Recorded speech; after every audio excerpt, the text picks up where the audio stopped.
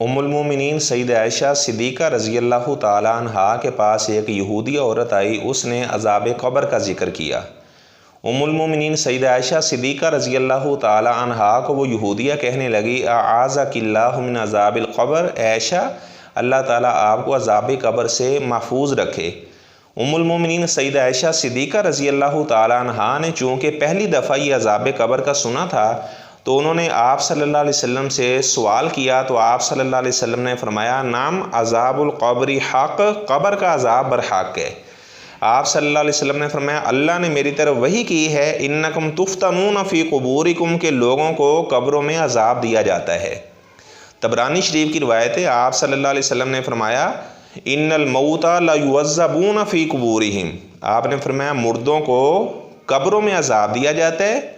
اور اس کے بعد آپ صلی اللہ علیہ وسلم نے فرمایا ان البہائم لتسمع اصواتهم، آپ نے فرمایا جنوں انس تو اس عذاب کو نہیں سنتے، لیکن آپ نے فرمایا جتنے جانور ہیں، چوپائے ہیں، چرند پرند ہیں، یہ سارے کے سارے اس قبر کے عذاب کو سنتے ہیں۔ ایک دن آپ صلی اللہ علیہ وسلم مغرب کی نماز کے بعد حجرہ عائشہ صدیقہ سے باہر نکلے تو آپ صلی اللہ علیہ وسلم نے فرمایا یہود تعذب فی قبورہا، یہود کو ان کی قبروں میں عذاب دیا جا رہا ہے۔ یہ جو زمینی گڑھا ہوتا ہے نا، اسی زمینی گڑھے میں عذاب دیا جاتا ہے۔ بعد ایسے لوگ ہیں وہ کہتے ہیں ہم بہت بڑے اسکالر ہیں اور وہ عذاب قبر کا انکار کرتے ہیں، وہ کہتے ہیں کہ یہ جو زمینی گڑھا نا اس میں عذاب نہیں ہوتا۔ اب آپ صلی اللہ علیہ وسلم فرما رہے ہیں، بخاری شریف کی روایت ہے نام عذاب القبر حق، آپ بتا دیں قبر پھر کسے کہا جاتا ہے؟ آپ نے فرمایا قبر کا عذاب برحق ہے۔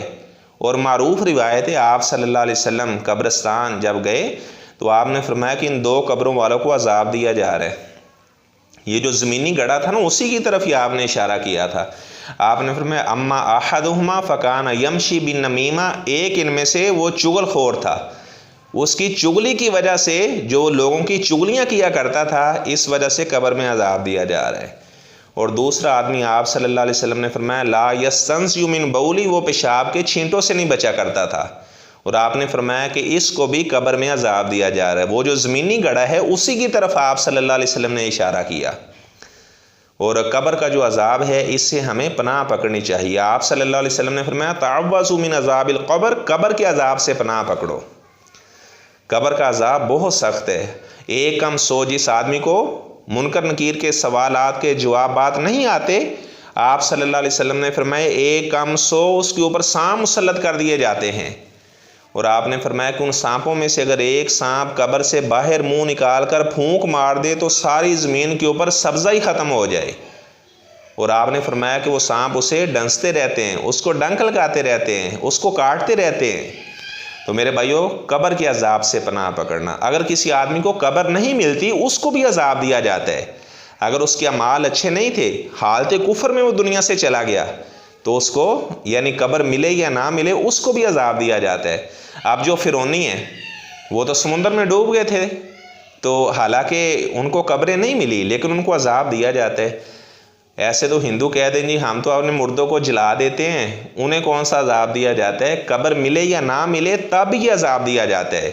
سورہ مومن کے اندر اللہ تعالیٰ فرماتے ہیں آل فرعون کا ذکر کرتے ہوئے النار یعرضون علیہا غدوا وعشیا، آل فرعون کو صبح اور شام آگ کے اوپر پیش کیا جاتا ہے۔ وَيَوْمَ تَقُومُ السَّاعَةُ، اور جب قیامت قائم ہوگی ادخلوا آل فرعون اشد العذاب، تو اللہ تعالیٰ فرمائیں گے اب آل فرعون کو سخت ترین عذاب کے اندر مبتلا کر دیا جائے۔ تو جو نوح علیہ السلام کی قوم والے طوفان آیا، پانی آیا، وہ سارے کے سارے ڈوب گئے، اس میں چند مومنین کے علاوہ ان کو قبریں نہیں ملی لیکن ان کو عذاب دیا جا رہا ہے۔ سورہ نوح میں اللہ تعالیٰ فرماتے ہیں مما خطیئاتہم اغرقوا، ان کی غلطیوں کی وجہ سے ان کو غرق کر دیا گیا، فَأُدْخِلُوا نَارًا، ان کو آگ میں داخل کر دیا گیا۔ تو میرے بھائیو آگ کے عذاب سے پناہ پکڑنا۔ جہنم، جو فاجر فاسق آدمی حالت کفر میں مر جاتا ہے اس کی قبر کو آگ سے بھر دیا جاتا ہے، اور جو مومن آدمی ہوتا ہے اسے کہا جاتا ہے نم کا نومت العروس، بڑی راحت والی نیند سو جا۔ جنت سے بستر لا کر ایک اس کے نیچے بچھا دیا جاتا ہے، ایک اس کے اوپر بچھا دیا جاتا ہے۔ تو اللہ تعالیٰ سے میں دعا کرتا ہوں جن کو اللہ تعالیٰ جنت سے بستر اللہ تعالیٰ بھیج دیتے ہیں، اور اللہ تعالیٰ کہتے ہیں صادق عبدی، جو آدمی صحیح سوالوں کے جوابات دے لیتا ہے اللہ تعالیٰ فرماتے ہیں میرے بندے نے سچ کہا ہے،